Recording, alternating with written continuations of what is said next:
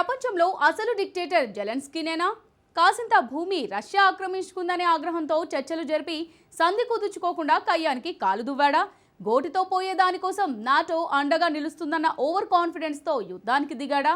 ముగింపు కనిపించని యుద్ధంతో అండగా నిలిచిన దేశాలన్నీ ఒక్కొక్కటి మొహం చాటేస్తుంటే యుద్ధాన్ని ఎలా కొనసాగించాలో తెలియక దిక్కులు చూస్తున్నాడా?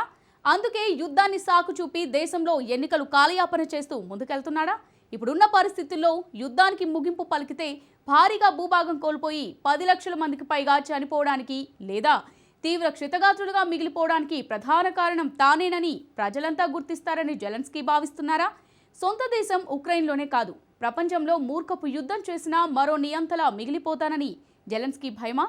జెలెన్స్కీ ఏం చేయబోతున్నారు? Watch the story. ఉక్రెయిన్ యుద్ధానికి ఫిబ్రవరి 24తో 3 ఏళ్లు. ఉక్రెయిన్పై రష్యా యుద్ధానికి దిగడానికి కారణం ఏంటి? 3 ఏళ్ల యుద్ధంలో లేటెస్ట్ ప్రోగ్రెస్ ఏంటి? రష్యా ఉక్రెయిన్ మధ్య యుద్ధానికి ఫిబ్రవరి 24తో 3 ఏళ్లు పూర్తి. 2022లో ఫిబ్రవరిలో నాటకీయ పరిణామాల మధ్య ఓవైపు చర్చలకు సిద్ధపడుతున్నట్లు చివరిదాకా నమ్మించిన పుతిన్ ప్రపంచ దేశాలను నివ్వెరపోయేలా యుద్ధం మొదలుపెట్టారు.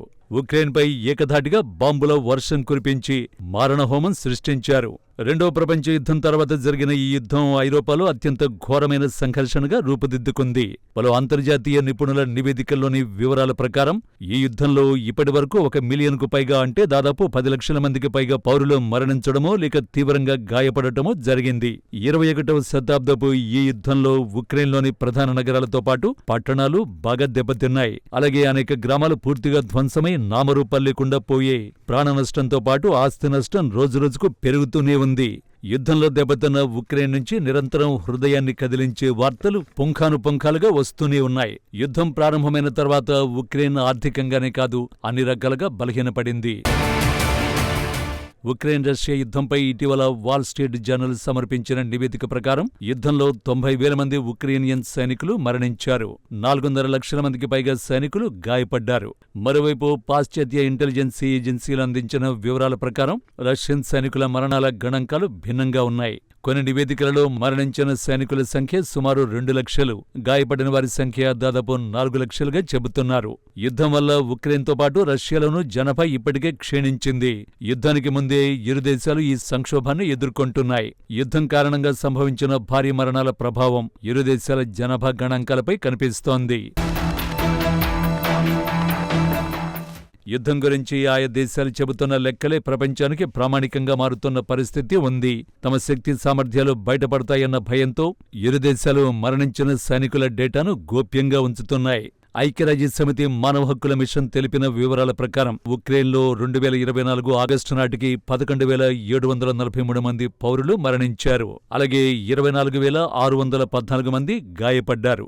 రష్యా నియంత్రణలోకి వెళ్లిపోయిన మారియోపోల్ వంటి ప్రాంతాలలో ఈ మరణాలు ఎక్కువగా సంభవించాయి. ఉక్రెయిన్లో ఇప్పటి వరకు 589 మంది చిన్నారులు కూడా మరణించారు. యుద్ధ ట్యాంకులు, సాయుధ వాహనాలు, గ్రౌండ్ దళాలు నిరంతరం దాడులు చేస్తుండటంతో ఈ గణాంకాలన్నీ రోజు మారిపోతున్న పరిస్థితి. జాతీయ భద్రత కోసం యుద్ధంలో మరణించిన తమ సైనికుల డేటాను ఇరుపక్షాలు గోప్యంగా ఉంచాయని పాశ్చాత్య దేశాల ఇంటెలిజెన్స్ నివేదికల ఆధారంగా ఇచ్చిన అంచనాలలో చాలా తేడా ఉందని ఒక ప్రధాన మీడియా రిపోర్ట్ చేసింది. సైనిక ప్రాణ నష్టం విషయంలో రష్యాకు కూడా భారీగానే నష్టం వాటిల్లిందనే అంచనాలు ఉన్నాయి. ఈ భీకర యుద్ధంలో ఒక్కరోజులో 1000 మందికి పైగా రష్యన్ సైనికులు మరణించిన ఘటనలు ఉన్నాయి. సొంత దేశ ప్రజల నుంచి తీవ్ర వ్యతిరేకత వస్తోందని గుర్తించిన పుతిన్ తన చిరకాల స్నేహితుడు కిమ్ సహాయం తీసుకుని ఉత్తర కొరియా సైన్యంతో పాటు అంతర్జాతీయ కిరాయి మూకల్ని సైనికులుగా నియమించుకుని యుద్ధాన్ని కొనసాగిస్తున్నాడు. ఇటు ఉక్రెయిన్ దేశ జనాభాలో 25% ప్రజలు మృతి చెందారని ఇటీవల విడుదల చేసిన గణాంకాలు స్పష్టం చేస్తున్నాయి. ఉక్రెయిన్లో దాదాపు 4 మిలియన్ల మంది నిరాశ్రయులయ్యారు. 6 మిలియన్లకు పైగా ఉక్రెయినియన్ పౌరులు విదేశాల్లో ఆశ్రయం పొందుతున్నారు. యుద్ధం కారణంగా ఉక్రెయిన్ జనాభా 10 మిలియన్లకు పైగా తగ్గిపోయింది. ఇది అక్కడి జనాభాలో 1/4. అంటే ఉక్రెయిన్ జనాభాలో 25% తుడిచిపెట్టుకుపోయినట్లే. జననాల రేటు 200 ఏళ్ల క్రితం ఉన్నదానికంటే ఇప్పుడు 3/4కు పడిపోయింది. ఉక్రెయినియన్ ప్రభుత్వం యుద్ధంలో రోజువారీ ఖర్చు $140 మిలియన్ అమెరికన్ డాలర్ల కంటే ఎక్కువగా ఉందట. ఉక్రెయిన్ 2025 ప్రతిపాదిత బడ్జెట్లో రక్షణ కోసం 26% అంటే $53.3 బిలియన్ ఖర్చు చేయాలని లక్ష్యంగా పెట్టుకుంది. యుద్ధం వల్ల ఉక్రెయిన్ దేశ ఆర్థిక వ్యవస్థ బాగా దెబ్బతినిపోయింది. 2022లో ఉక్రెయిన్ ఆర్థిక వ్యవస్థ ఒకేసారి 33% క్షీణించింది. ప్రపంచ దేశాల అండతో 2023లో ఈ పరిస్థితి కాస్త మెరుగుపడి నష్టం 22%కి పరిమితమైంది. హౌసింగ్, రవాణా, వాణిజ్యం, పరిశ్రమలు, ఇంధనం, వ్యవసాయ రంగాలు యుద్ధానికి అపరిమితంగా ప్రభావితమయ్యాయి. ఉక్రెయిన్లోని రిమోట్ ఇన్ఫ్రాస్ట్రక్చర్ని రష్యా లక్ష్యంగా చేసుకోవడంతో ఉక్రెయిన్ ఇంధన రంగం తీవ్రంగా దెబ్బతింది. ప్రముఖ అంతర్జాతీయ వార్తా సంస్థ రాయిటర్స్ నివేదిక ప్రకారం ఉక్రెయిన్లో 5వ వంతును రష్యా స్వాధీనం చేసుకుంది. ఆ ప్రాంతాలను తాను అదుపులో ఉంచుకుని యుద్ధాన్ని కొనసాగిస్తోంది. రష్యా ఆక్రమించుకున్న ఈ భూభాగం గ్రీస్ దేశ పరిమాణంతో సమానం. రష్యన్ దళాలు 2022 ప్రారంభంలో ఉక్రెయిన్లోని ఉత్తర, తూర్పు, దక్షిణ భాగాలలో దాడి చేసి ఉత్తరాన కీవ్ శివార్లకు చేరుకుని దక్షిణాన డ్నిప్రో నదిని దాటాయి. రష్యా దాదాపు ఉక్రెయిన్లోని తూర్పు డాన్బాస్ ప్రాంతాన్ని, దక్షిణాన అజోవ్ సముద్ర తీరాన్ని స్వాధీనం చేసుకుంది. ఒకప్పుడు రష్యన్ సామ్రాజ్యంలో భాగంగా ఉన్న ఉక్రెయిన్ తర్వాత సోవియట్ యూనియన్లో భాగమైంది. యుద్ధం ప్రారంభానికి ముందే ఉక్రెయిన్ మళ్లీ రష్యాలో విలీనం చేయడమే తన లక్ష్యమని రష్యా అధ్యక్షుడు వ్లాదిమిర్ పుతిన్ పలు సందర్భాల్లో మొండిగా ప్రకటించారు. నాటోలో చేర్చుకోవాలంటూ వెంటబడిన ఉక్రెయిన్కు సానుకూల సంకేతాలు రావడం గమనించిన రష్యా తన దేశ సార్వభౌమత్వానికి ముప్పు ఏర్పడే ప్రమాదం ఉందని అనుమానించింది. ఉక్రెయిన్పై యుద్ధం తప్ప మరో మార్గం లేదని గ్రహించింది. ఈ క్రమంలోనే పుతిన్ ఉక్రెయినియన్ రాష్ట్ర హోదాను, గుర్తింపును తిరస్కరించారు. అంతేకాదు ఉక్రెయినియన్లు రష్యన్లే అని పుతిన్ పేర్కొన్నారు. సరిహద్దులో తరచూ జరిగే కవ్వింపుల విషయంలో జెలెన్స్కీ సినిమాల స్టైల్లో స్పందించడమే యుద్ధానికి దారితీసినట్టు పలు అంతర్జాతీయ సంస్థలు చెబుతున్నాయి. అగ్రరాజ్యం అమెరికా అండ ఉందని, నాటో కూడా సభ్యత్వం ఇచ్చేందుకు సానుకూలంగా కనిపించడంతోనే రష్యాతో కయ్యానికి కాలు దువ్వి ఈ దుస్థితికి తెచ్చుకున్నాడని అంటున్నాయి. ఒకవైపు యుద్ధం పరిణామాలను ఎప్పటికప్పుడు గమనిస్తున్న ఉక్రెయినియన్లు వెంటనే యుద్ధం ఆపాలని కోరుకుంటున్నారు. ట్రంప్ అమెరికా అధ్యక్ష బాధ్యతలు స్వీకరించాక యుద్ధానికి ఫుల్ స్టాప్ పడుతుందనే నమ్మకం ఉక్రెయినియన్లలో కలుగుతున్నట్టు వార్తలు వినిపిస్తున్నాయి.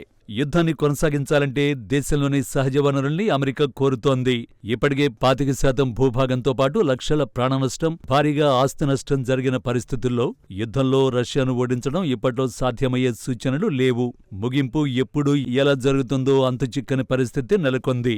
అమెరికా అధ్యక్షుడు ట్రంప్ చొరవతో సౌదీ అరేబియాలో జరుగుతున్న చర్చలను జెలెన్స్కీ మౌనంగా గమనిస్తున్నారు. రష్యా చేస్తున్న దుష్ప్రచారంలో ట్రంప్ జీవిస్తున్నారని కీవులో విలేకరులతో అన్నారు. మరోవైపు చర్చలపై సంతృప్తిని వ్యక్తం చేసిన ట్రంప్ ప్రపంచంలో అసలు నియంత జెలెన్స్కీ అంటూ చేసిన కామెంట్లతో జెలెన్స్కీకి పుండు మీద కారం చల్లినట్లు అసహనంతో రగిలిపోతున్నారు. యుద్ధాన్ని సాకుగా చూపి జెలెన్స్కీ ఎన్నికలు జరపడం లేదని, దేశంలో జెలెన్స్కీకి మద్దతిస్తున్న ప్రజలు 4% కూడా లేరని ట్రంప్ ప్రకటించారు. రష్యా తమ భూభాగాన్ని ఆక్రమించిందనే జెలెన్స్కీ వాదనను తప్పుబట్టిన ట్రంప్ కాస్త భూమితో పోయేదాన్ని యుద్ధం వరకు తీసుకొచ్చారని నిందించారు.